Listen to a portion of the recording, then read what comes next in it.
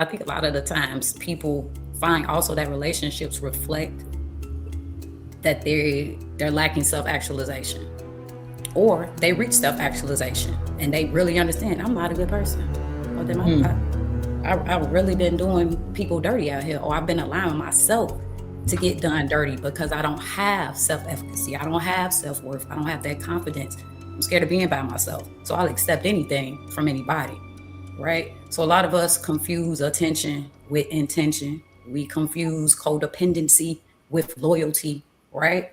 Um, and that's why we end up having these back and forths, these traumas, because you won't admit, like I said before, maybe I shouldn't have been in a relationship. Maybe I should have took that healing. Some people try to heal while they're in a relationship. Knock it off. Knock it off. Some people think that every man and woman are supposed to have sexual relationships, and you don't have any friends. You don't even know how to talk to people. Like everything shouldn't end in sex. Some people just come into your life to make you better, to have conversations, to help you grow, not to sleep with you and leave you.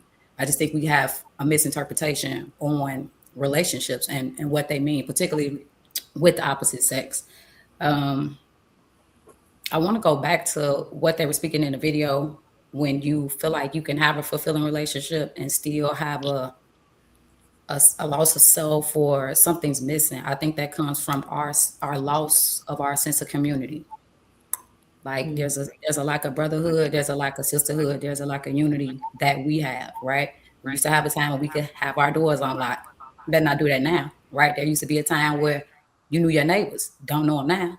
Used to be a time where you could let your kids go outside and go all around the neighborhood till the street lights came on. Everybody knew what they was doing. They were scared to do things because Miss Ethan, whoever was gonna say something, right? You don't have that anymore. And that absence, our spirits still crave that. So we may not always be able to verbalize what we feel, but that's one of those things that's shaking in our community. Again, I don't want to hijack the meeting. I'm gonna land my plane. Do your work before you try to be with somebody else. I land. Off of what Ms. Pearl just said of doing your work, would anyone be opposed, or would our community be opposed to doing therapy before getting into a relationship? And continue the therapy while you're in a relationship.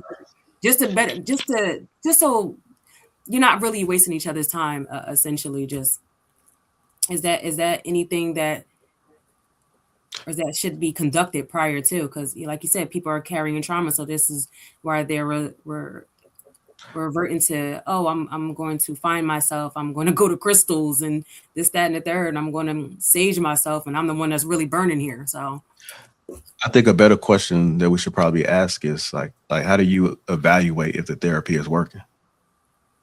I mean, some people can just be in therapy and they're just sitting there listening. Go ahead. I think the only way to do that successfully is to have somewhat of a community, because people individually tend to have a bias on their own, reflection. You have to have people in your life that are going to be very, very honest and objective and also see your growth. So you, in my opinion, can't really gauge that. I think that, the step towards therapy is one aspect of it, but then you need maturation and time. People typically will tell you that they notice something different about you. And that's always going to go back. And people, I don't think, have understood this yet. Everything in life is about relationships. Like no matter what you do, you're going to always rebound back. So therapy is just an aspect of gaining tools and maybe an internal reflection. But your tribe and those that you're around should be able to see and experience a different level of you, an elevation of you. In my opinion, that's the only way to do it correctly. But if your tribe is toxic, then what? Then who do you turn to? I would say you need to seek out. Yeah, you need a new tribe. You need people who are not people you just like, people you maybe have. But do we not run into the folks who can't differentiate that? They don't know that their tribe is toxic. They're not. You can't convince them otherwise. So they think that, oh no, my tribe is actually helping me. Your tribe could be envious and jealousy and things of that nature. You may not have a good tribe, but I don't know that. This is what I'm used to. This is what I'm accustomed to. This is my village. This is my normal. What if the whole village is retarded? Sometimes you gotta. You said you weren't going to use that word. No, I didn't. Yourself. And the whole village retarded. Then you I mean, you're part of that retarded village. You think that's your normal. Like people, you ever see somebody that always got chaos in their life, and anything they have a moment of peace, they got to make it chaotic because that's their norm.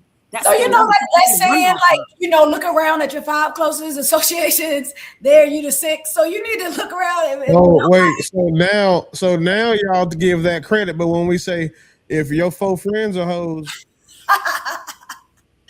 like, so now it makes sense. I don't hang around hoes. I never could relate to that. That was never a thing with me. But I think that this is where, is really I look at it, right?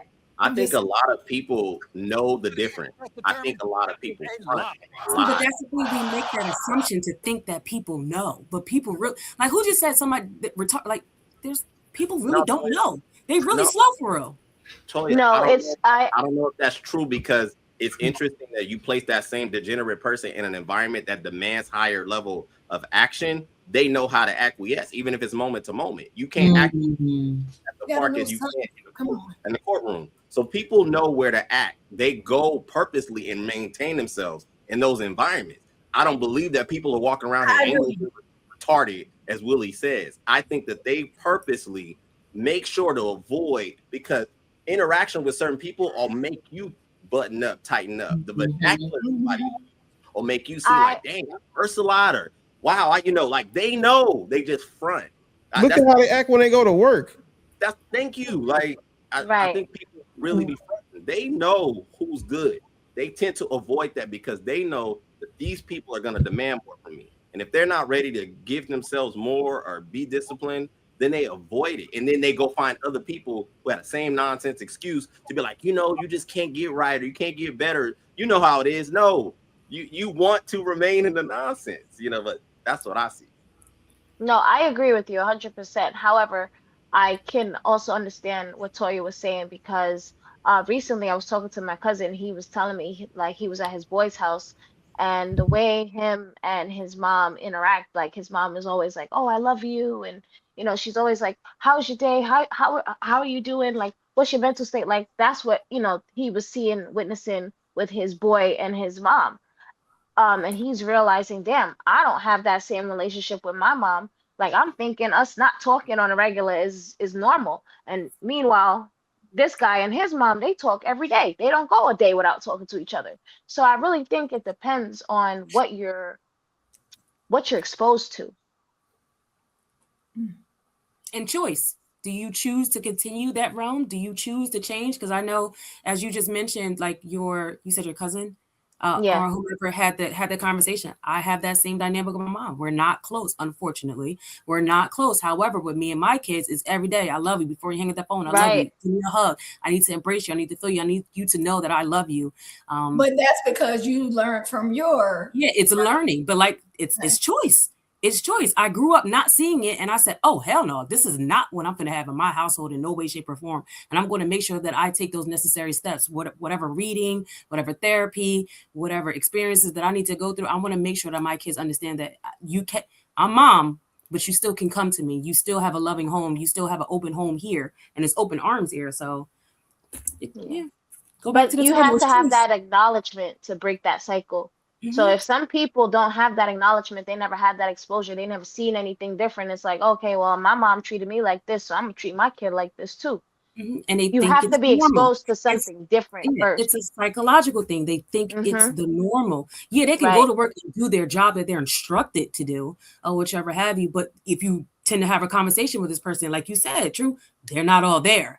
It's something's off. And you're like, and you choose to be like, I'm going to keep this conversation short, and I'm going to go over here. Like, I'm not going to engage too much because I don't want that rubbing off of me. We choose to walk away from that, but they also choose to stay in that mindset. So I agree exactly what you're saying as well, True.